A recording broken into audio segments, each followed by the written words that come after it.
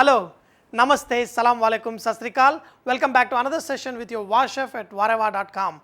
Today we are going to learn how to make meat kofta curry.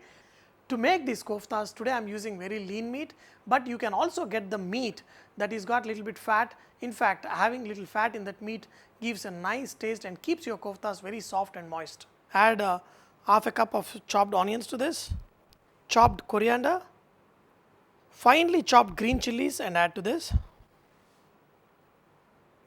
Half a teaspoon of ginger garlic paste, salt. If you have seen my Chinese dumplings, I have added rice that not only gives nice binding to this rice, but also it adds moisture and your koftas will come out soft. So, to this add some boiled white rice. Now, you can see that I mixed all of this together, but the rice is not fully mashed. That is why you mash this rice separately, then add to this, then this rice will nicely bind with this meat. Make this meat into small dumplings to the size you want.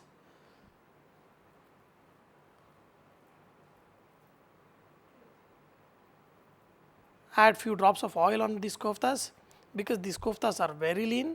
Now I have all these koftas ready. You can cook this by three methods. One thing is frying in deep fat oil and then adding to your kofta sauce. The second method is you can put these in hot boiling water and kind of steam them, poach them and use them in the kofta sauce.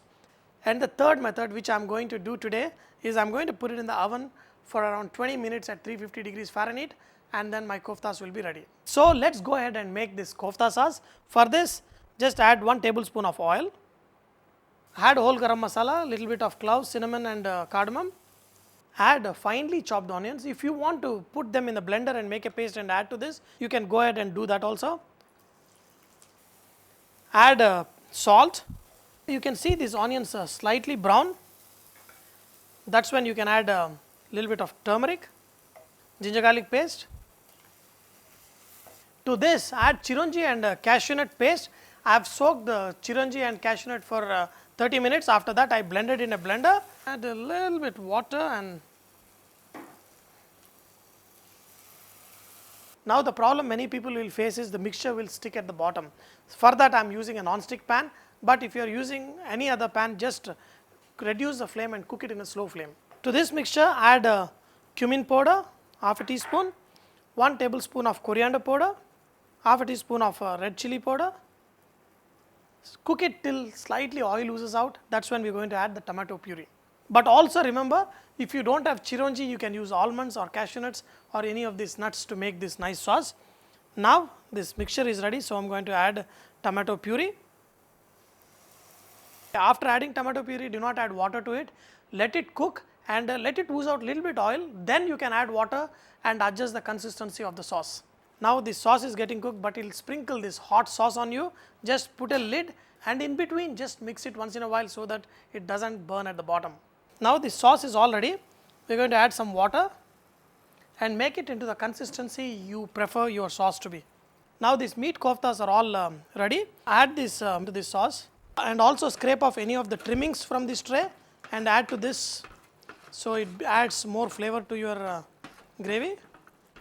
Just cover it up and let it cook for another 5 minutes till all these juices from the meat comes out and this juices from the sauce go inside and makes this sauce very, very tasty. And another thing is, if you are frying these koftas, just drop one kofta into hot oil and see. If it breaks, add some more binding. Even you can add flour to it and bind it good. And when the kofta comes out good, then you fry the rest of the batch. Add a pinch of garam masala powder and chopped coriander. Now, this kofta curry is all ready. You can make the sauce thinner if you want.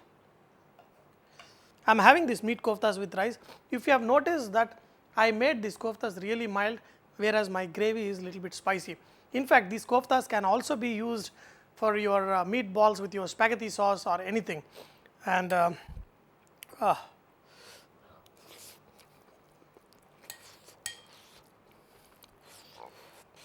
like this gravy a lot.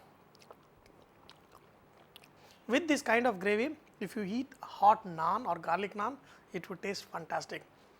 Dear friends, I hope you have enjoyed today's session to make this meat kofta with your Vahchef at whatever.com. You can prepare this even with chicken meat or any meat of your liking. But remember, Whatever is all about inspiring others to cook. So please post your recipes and cooking tips at whatever.com so others can benefit from your great cooking. Thank you. Dear